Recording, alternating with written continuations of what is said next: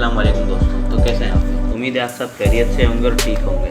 आज के इसी लैंग्वेज के लेक्चर नंबर 3 में मैं आपको स्क्वायर ऑफ अ नंबर कैसे फाइंड कर सकते हैं ये सिखाऊंगा। So let's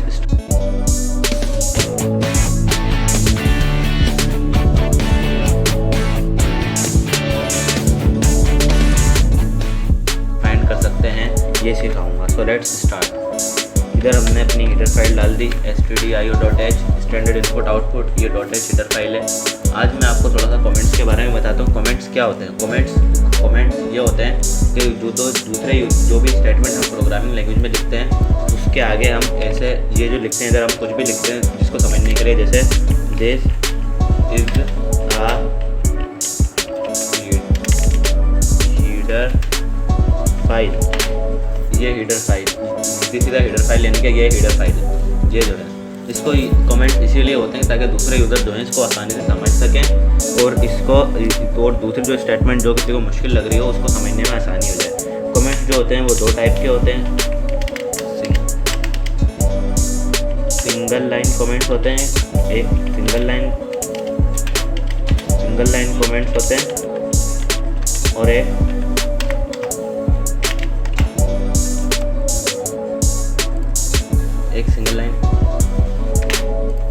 single line comment होते हैं और एक मल्टीपल लाइन कमेंट होते हैं। एक सिंगल लाइन कमेंट होते हैं, एक मल्टीपल लाइन कमेंट होते हैं।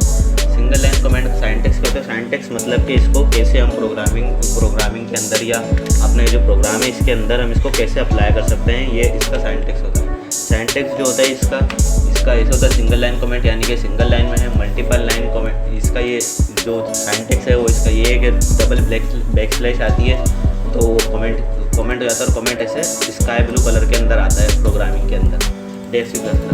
और उसके बाद मल्टीपल लाइन कमेंट जो है, मल्टीपल लाइन कमेंट का साइंटेक्स है वो होता है बैकस्लैश, फिर उसके बाद एस्ट्रिक, उसके बाद हमें जो भी एस्ट्रिक का मतलब जितनी भी लाइन्स हम लिखें वो, और उसके बाद दोबारा बैकस्लैश। ये होता है मल्टीपल लाइन कमेंट का साइंटेक्स। ये होता है डबल लाइन कमेंट का साइंटेक्स।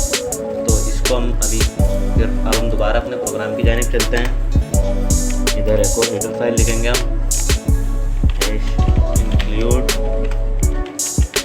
conio.h। ये हमने इसको नीचे लिख दिया, इसको ऊपर लिख देते हैं। इधर आ जाएगा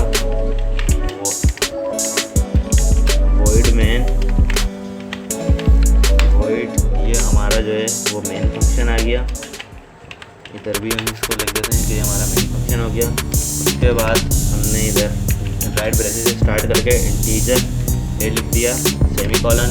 अब इधर भी हम एक कमेंट लिख देते हैं कि इंटीजर, इसको इंट होता है, लिखा हुआ इंट होता है लेकिन इसको इंटीजर करते हैं। Integer is variable specifier.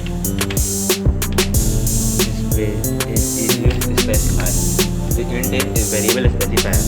उसके बाद printf की स्टेटमेंट आ जाएगी, सेम printf scanf की स्टेटमेंट द वैल्यू ऑफ, इधर के लिख दिया हमने द वैल्यू ऑफ x।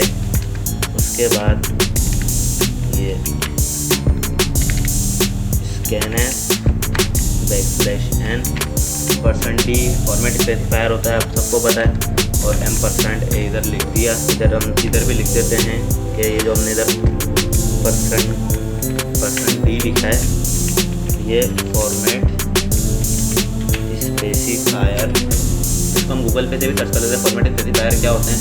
वैसे जो है वो फॉर्मेट स्पेसिफायर जो होता है वो किसी भी फॉर्मेट को वो जो हम फॉर्मेट लिखते हैं, जो भी लिखते हैं उसको स्पेसिफाई करता है कि %d अगर हम लिखते हैं तो इसके अंदर %d के अंदर हम बल्कि गूगल पे देख लेते हैं what is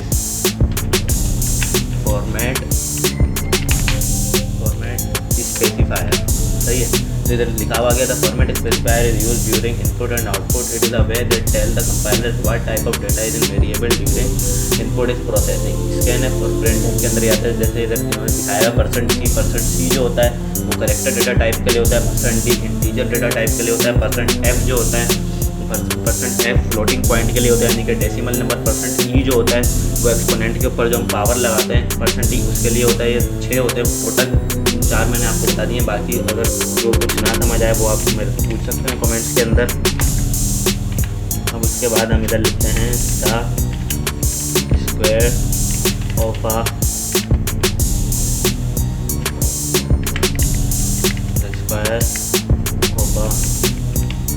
number A is, अब इधर हमने दोबारा परसेंट भी डालना है क्योंकि हमें इसकी वैल्यू चाहिए।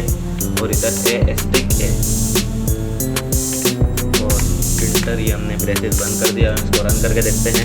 इसके टोटल 2 मेथड हैं इसको फाइंड करने के, स्क्वायर ऑफ अ नंबर, इसको मेथड 1 दे देते हैं।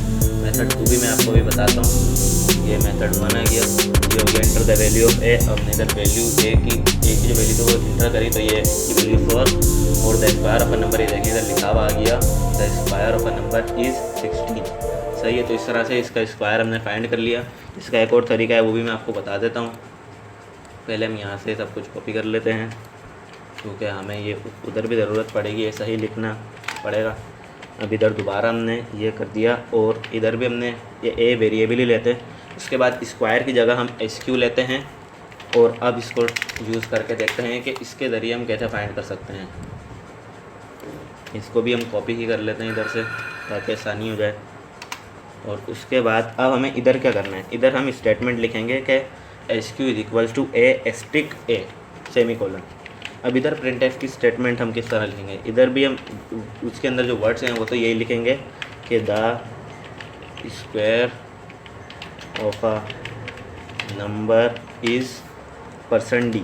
यहाँ तक तो सेम है, लेकिन यहाँ हमने उधर क्या लिखा था, ए एस्टिक ए। जैसे हमने यहाँ जो लिखा था वो लिखा था ए एस्टिक ए, लेकिन यहाँ जो लिखेंगे हम लिखेंगे एस क्यू, क्योंकि अब ए और ए की जो मल्टीप्लिकेशन है वो एस क्यू के अंदर स्टोर हो गई है और एस क्यू की वैल्यू हमने यहाँ पे लिख दी है।